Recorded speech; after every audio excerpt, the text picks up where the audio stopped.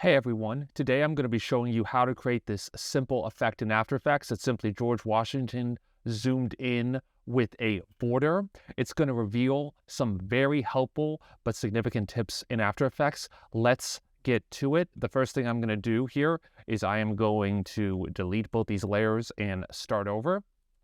The first thing you need is a picture. Now you can have any picture, you just need a picture that you're going to be able to select the subject with. For this example, I'm choosing a picture of George Washington. Again, you just need a picture with a background and a subject. Now, what I'm going to do here is make sure this photo is opened up in Photoshop because we are going to do our selection process to be able to distill our subject from the background in Photoshop. And it just makes it easier if you do this in Photoshop and then take it to After Effects.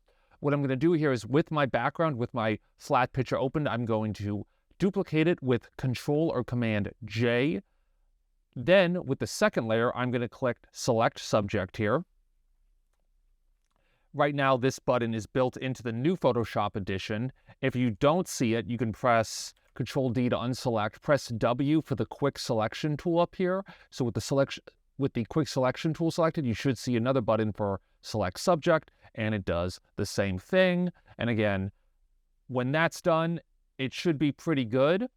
Then you can click the camera button, the rectangle with a circle in the middle. That's a mask button. So now George Washington is masked. So he is his own layer. So I can move him around like this. Obviously, the original photo is still there with another George Washington, but now I have George Washington filtered out on the second layer.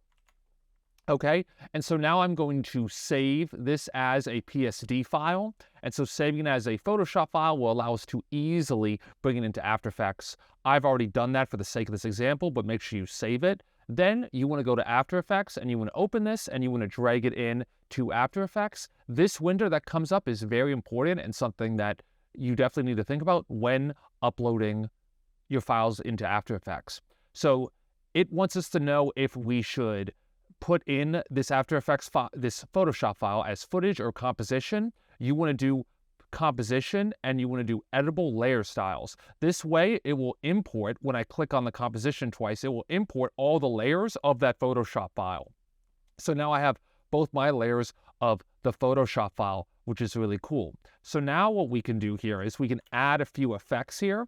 I use the FX Console plugin. If you want to try using that, it allows me to press Control Space and easily look up effects, so I don't have to kind of click the effects bar. We're going to do a fill effect. We are going to do a choker effect, I believe. Simple choker. And then we are going to do a CC composite effect. Okay, now once you have all those picked, you don't need to change any settings except the color. If you want to set a border, you simply set the choke matty to a negative amount. The choke matty in Simple Choker, and again, a bigger negative value means a bigger stroke here. So just like that, so. And then what I can do here is I'm going to press S on the top layer to set a scale. I'm going to press Command Page Down to go ahead 5 frames, and maybe I will, make George Washington a little bit bigger here. I'm going to press the comma key to choke out here. And I'm going to do the same thing with